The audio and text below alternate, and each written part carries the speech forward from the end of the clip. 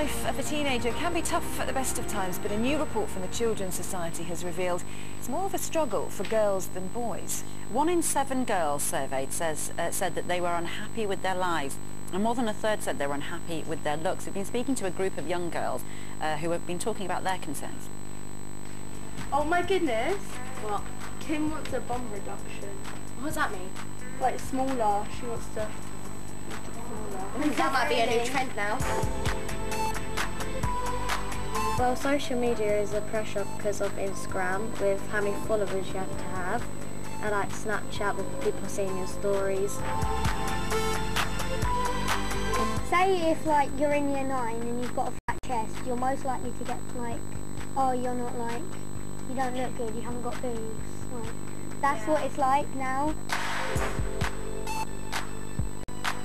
It's harder because girls go through so much more than boys. Yeah. All their friendships, because I feel like girls are way more emotional than boys. So that's what some young girls think there. Anne Longfield's the Children's Commissioner and joins us now along with body image campaigner and reality TV star Josie Gibson. Good morning to you both. Morning. Thanks for coming in. I mean, Anne, we saw there, you know, just how it can affect young girls. Not only that, but actually it's getting worse. This has gone up 21% over the last few years about, you know, girls feeling negatively about themselves.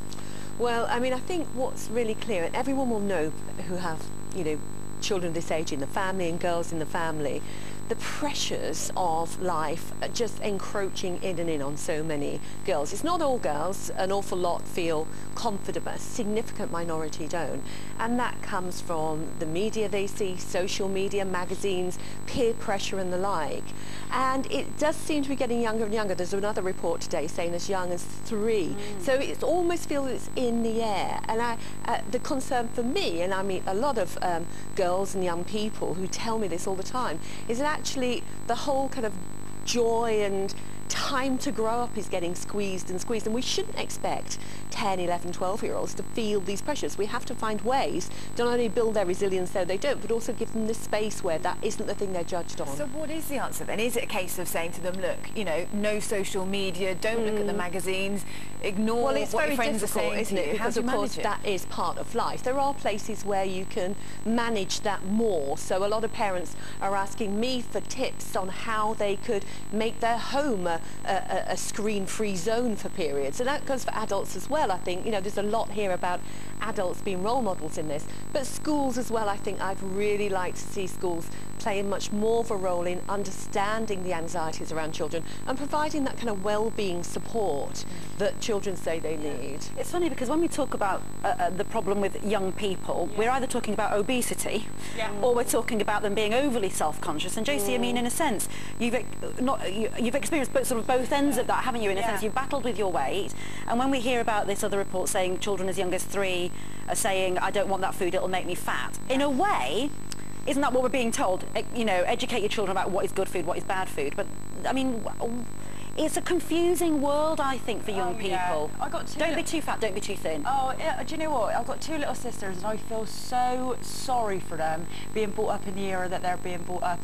Everybody's striving for this, like, fake perfection, and it doesn't exist. And when you're striving for that perfect perfection, they've got a team of makeup artists and you've got filters. I took a Newsdone app and took a picture of myself the other day, and they removed my freckles. I couldn't believe it, and I actually thought my freckles were all right, but it's just that we're always striving for this fake perfection all the time, and it's really sad. The answer is in that case, because I know that you face sort of difficulties on social media, didn't you, with comments on Twitter and things like that? Do you know what? I always thought I was half about, and then I joined Twitter, and that was when I thought, actually, it really hit home that I wasn't that good looking, because I knew it wasn't just one person saying it, it was loads of people saying it, and yeah, when you're constantly being put down all the time, you want to do something about it. But I always think to myself, would I have done something about it if I didn't have joined, hadn't joined Twitter? But say if you were a schoolgirl now, maybe I don't know what age your sisters are, but do they have because one of the things the Children's Society is asking for is for a legal right for all children to have access to someone who is trained in mental health in a school. So there's always someone you can talk to. Would you have used that person if that person existed? 100%. Yeah, I think it's a really, really, really good idea. There's so much pressure on these young girls. I feel so sorry for them. And then the pressure is on you because you're a children's deliver. commissioner. Yes. Well, absolutely. And you know what I want to show is how it can be done, and also bring to the fore why it's so important. But I think there's another thing here. We're talking about how we can enable girls to be more resilient and get more help. But there is something here as well about helping all children as they're growing up understand and respect others, because you know you were getting that kind of you know, those messages on Twitter. Yeah.